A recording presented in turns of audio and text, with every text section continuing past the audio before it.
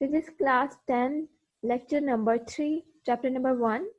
तो सबसे पहला SLO आपके पास आज है 10.1.3 that is necessary condition for simple harmonic motion. The next one is forces on displaced pendulum and then damping that reduces amplitude of oscillation. तो सबसे पहले देखते हैं कि सिंपल हार्मोनिक मोशन के लिए नेसेसरी कंडीशन क्या है। वैसे तो हर जो ऑसिलेशन है हम उनको सिंपल हार्मोनिक मोशन नहीं कह सकते बिकॉज कुछ कंडीशन जो है वो सेटिस्फाई होनी चाहिए, otherwise object simple harmonic motion exhibit नहीं करता। तो सबसे पहली कंडीशन ये है that oscillation must be periodic. इसका मतलब ये हुआ कि हमें एक ऐसा सिस्टम कंसिडर करें जो कि आइडियल हो, वहाँ पे ना तो कोई फ्रिक्शनल फोर्स प्रेजेंट हो और ना ही एयर रेजिस्टेंस प्रेजेंट हो।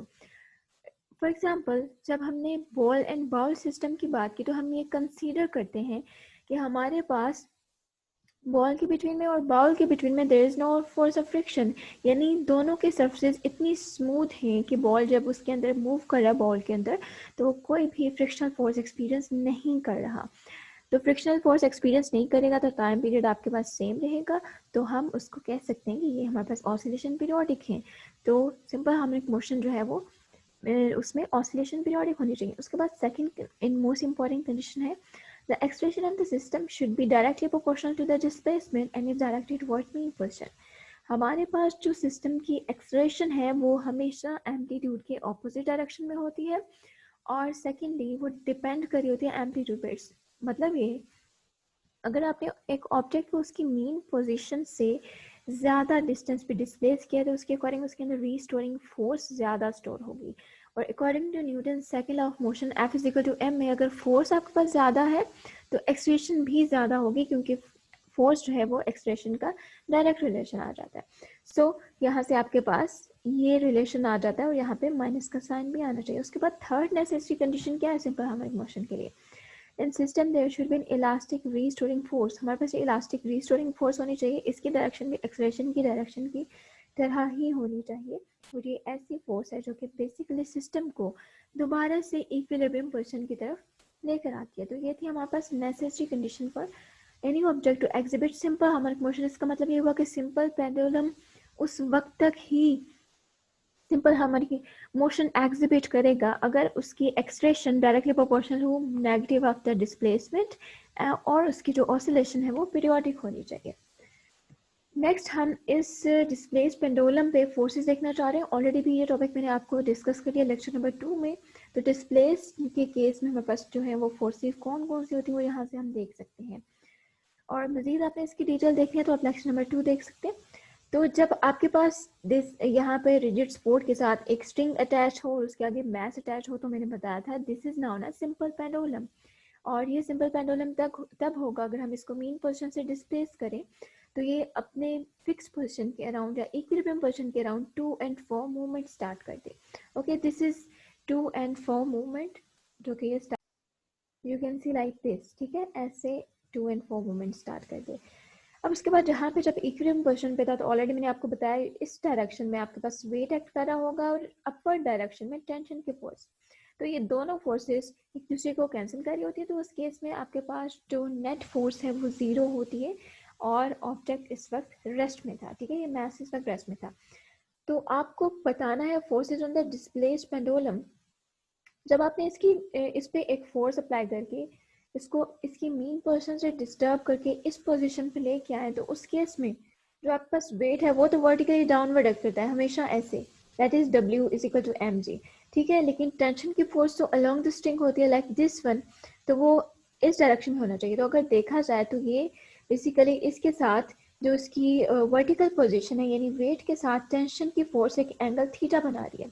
तो ये थीटा जो है आपने यहाँ से कंसिडर कर लिया क्योंकि आपके पास इस वक्त दोनों फोर्सेस एक दूसरे के सेम ऑपोजिट नहीं है बल्कि एक एंगल पे।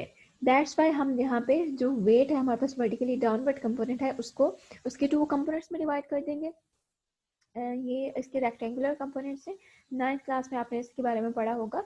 तो यहाँ पे थीटा के सामने वाला जो कंपोनेंट होता है दैट इज साइन थीटा। तो अगर देखा जाए दिस इज थीटा, ये भी सेम थीटा होगा, तो उसके अकॉर्डिंग ये आपके पास साइन कंपोनेंट है और जो वेट के along this is sine component and this is cos component.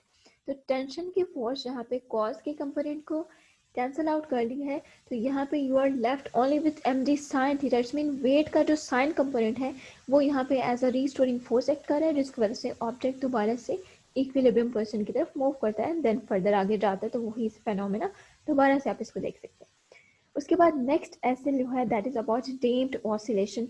Already जो आप ऑसिलेशन कंसिडर कर रहे थे वो पीरियोडिक ऑसिलेशन थी, यानी आप एक आइडियल सिस्टम कंसिडर कर रहे थे जहाँ पे आप ये सपोज कर रहे थे कि एयर रेजिस्टेंस प्रेजेंट नहीं है। In case of pendulum let's suppose मैं ये कह रही हूँ कि मेरे पास इस स्ट्रिंग के बिटवीन में और जो इस स्ट्रिंग में और जो यहाँ पे एयर है मौजूद, उनके दरम्यान में फ्रिक्शनल फोर्स जो एयर रेजिस्टेंस है सॉरी वो प्रेजेंट नहीं है। अगर एयर रेजिस्टेंस प्रेजेंट हो तो इस केस में ये पहली बार जो ऑसिलेशन कंप्लीट करता है दोबारा से जब वापस आएगा तो ये यहाँ पे इस पोजीशन की बजाय यहाँ पे जो है वो रहेगा, क्योंकि इसकी बहुत सारी एनर्जी ये डिसिपेट फोर्सेस को ओवरकम कर या फिर एयर रेजिस्टेंस को ओवर करने में जो है वो यूटिलाइज होगी। दैट्स वाई उसका एम्पलीट्यूड अब यहाँ से यहाँ तक नहीं बल्कि थोड़ा कम हो जाएगा। इट्स मीन आपके पास डिस्प्लेसमेंट कम हो जाएगा।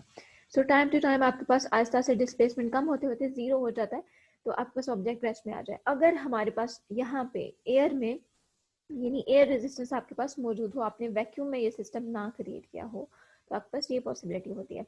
तो डैम्प्ड ऑसिलेशन बेसिकली ऐसी ऑसिलेशन है जो कि प्रेजेंस जो कि होती है in the presence of air resistance और फ्रिक्शनल फोर्सेस। ठीक है, तो oscillation that fades with time is called damped oscillation. ऐसी ऑसिलेशन जो कि रेजिस्टिव फोर्सेस और फ्रिक्शनल फोर्सेस की वजह से हमें बहुत ज़्यादा एनर्जी जो है वो इन जो नेगेटिव फोर्सेस हैं या ऑपोजिट फोर्सेस इनको ओवरकम करने में यूज़ कर लेते हैं। तो उस केस में आपके पास जो है ये जो ऑसिलेशन होती है हम इनको डैम्प्ड ऑसिलेशन कहते हैं, यानी हमारे पास जो टाइम के साथ जो एम्पलीट्यूड है वो डिक्रीज करता जा रहा है और अल्टीमेटली वो जीरो हो जाता है। Due to damping, the amplitude of oscillation reduces with time. Reduction in amplitude is a result of energy loss from the system in overcoming external force like friction or air resistance and other resistive forces. Thus, with the decrease in amplitude, the energy of the system always keep decreasing. अगर यहाँ पे simple pendulum की बात करें, already मैंने ये बताया आपको कि लेट्स सपोज इसने पहली ऑसिलेशन जो है वो यहाँ से यहाँ तक एंड देन यहाँ से वापस आने तक 5 सेकंड में कंप्लीट किया। ठीक है, उसके बाद जो नेक्स्ट अपनी ऑसिलेशन है वो कंप्लीट करता है, लेकिन उसका जो एम्पलीट्यूड है वो इस वक्त डिक्रीज हो रहा है। लेट्स सपोज यहाँ पे इस पोजीशन पे ऑब्जेक्ट जाने के बजाय अपनी सेकंड ऑसिलेशन में इस पोजीशन तक चला जाए, देन उसके अकॉर्डिंग यहाँ पे ऐसे, देन थर्ड में इस पोजीशन पे आ जाए, देन उसके बाद फोर्थ ऑसिलेशन में इस पोजीशन पे आ जाए और अल्टीमेटली वो क्या रेस्ट पे आ जाता है। जैसे कि आप स्विंग की एग्जांपल ले लें, आप स्विंग को अगर पुश करते हैं देन उसको रिलीज करते हैं तो आप देख सकते हैं कि विद इन टाइम वो with in passage of time वो क्या हो जाता है, रेस्ट पे आ जाता है।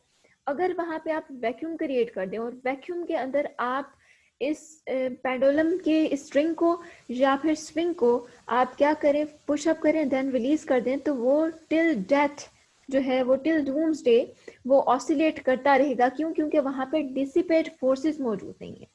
ठीक है, ऐसी फोर्सेस मौजूद नहीं है जो कि हमारे पास जो एनर्जी उसको दी हुई है उसके ऑपोजिट में वर्क करके उसको आहिस्ता से रिड्यूस कर करके जीरो पे लेके आए। तो आपके पास ऐसी जगह जहाँ पे वैक्यूम हो, कोई एयर फ्रिक्शन ना हो, resistance present sorry air resistance या फ्रिक्शनल फोर्सेस प्रेजेंट ना हो, वहाँ पे ये पेंडुलम जो है वो बहुत देर तक, बहुत लंबे अरसे तक, जहाँ तक जब तक ये दुनिया है तब तक ऑसिलेट कर सकता है। तो ये आइडियल सिस्टम है, एक्चुअली में ऐसा कहीं भी नहीं होता। तो जहाँ हमेशा जो हमारे पास प्रैक्टिकली अगर एग्जांपल देखें तो वो हमेशा ऑसिलेशन जो है वो डैम्प्ड ऑसिलेशन होती है। तो आगे हम ग्राफ में देखेंगे किस तरह से टाइम टू टाइम आपके पास एम्पलीट्यूड डिक्रीज करता है। लेट्स सपोज यहाँ पे आपके पास ये एक्स एक्सिस पे आप कंसिडर कर रहे हैं टाइम है। ठीक है, ये टाइम है जो कि यहाँ से जीरो से स्टार्ट हो रहा है, आगे वैल्यू इंक्रीज करिए, और जो वाई एक्सिस है वर्टिकल एक्सिस उस पर आप यहाँ पे डिस्प्लेसमेंट या फिर एम्पलीट्यूड कंसिडर करें। तो यहाँ पे according to the diagram first oscillation let's suppose उसने इतनी कंप्लीट की, यानी एम्पलीट्यूड उसका मैक्सिमम तक गया। उसके बाद चूंकि एयर रेजिस्टेंस प्रेजेंट थी, फ्रिक्शनल फोर्सेस प्रेजेंट थी, तो क्या हुआ, उसकी सारी कुछ एनर्जी जो है वो यूटिलाइज हो गई इन फोर्सेस को ओवरकम करने में। तो नेक्स्ट जो एम्पलीट्यूड था उसका या डिस्प्लेसमेंट था मेन पोजीशन थे वो कम हो गया और आहिस्ता से डिक्रीज करते करते वो अल्टीमेटली क्या हो जाता है, ऑब्जेक्ट रेस्ट पे आ जाता है, यानी अपनी मेन पोजीशन पे दोबारा से वापस आ गया। तो इस तरह से टाइम के साथ आपके पास एम्पलीट्यूड जो है वो डिक्रीज करता है। ये डैम्प्ड ऑसिलेशन की ग्राफिकल रिप्रेजेंटेशन है। उसके बाद देखते हैं कुछ टाइप्स। आपके पास ये हो सकता है कि डैम्पिंग फोर्स यानी एयर रेजिस्टेंस या फ्रिक्शनल फोर्सेस बहुत ज़्यादा हों या कम हो तो क्या होता है। अगर तो आपके पास जो है वो बहुत कम हो फ्रिक्शनल फोर्सेस तो आप कह सकते हैं ये अंडर डैम्पिंग होती है, यानी आपके पास जो फ्रिक्शनल फोर्सेस है वो इतनी स्ट्रॉन्ग नहीं है। इन केस अगर आपके पास जो फ्रिक्शनल फोर्सेस है वो थोड़ी ज़्यादा हो जाती है तो आपके पास ऑब्जेक्ट जो है वो अपनी पहली ऑसिलेशन कंप्लीट करने की बजाय मीन पोजीशन पे अचानक से मीन पोजीशन पे आ जाता है, तो इसको हम क्रिटिकली डैम्प्ड कहते हैं। फर्दर हम इसको गैल्वानोमीटर्स में, वोल्ट मीटर की नीडल्स में, ठीक है, उनको मीन पोजीशन पे लेके आने के लिए यूटिलाइज कर सकते हैं। तो इस तरह से ये जो डैम्पिंग है आपके पास वो फ़ायदा भी दे रही होती है, जैसे कि शॉक एब्जॉर्बर में आप इसको यूज़ कर सकते हैं, इसके अलावा गैल्वानोमीटर की नीडल्स में यूज़ कर सकते हैं। क्योंकि अगर आपके पास डैम्पिंग की फोर्स नहीं होगी तो लेट सपोज आपने कोई रीडिंग देखी है गैल्वानोमीटर की, तो वो अचानक से 0 पॉइंट पे नहीं आएगी, बल्कि वो क्या करेगी, जो उसकी रीडिंग आई है उसके अलोंग वो रोटेट करना शुरू ऑसिलेट करना शुरू हो जाएगी और थोड़े टाइम के बाद जो है वो 0 पे आएगी। सो वो नेक्स्ट रीडिंग के लिए फ़ौरन से रेडी नहीं होगी। That is disadvantage. तो उस केस में आपको क्रिटिकल डैम्पिंग या ओवर डैम्पिंग की ज़रूरत पड़ती है। इसको यूटिलाइज करके आप अपना सिस्टम परफेक्टली बना सकते हैं।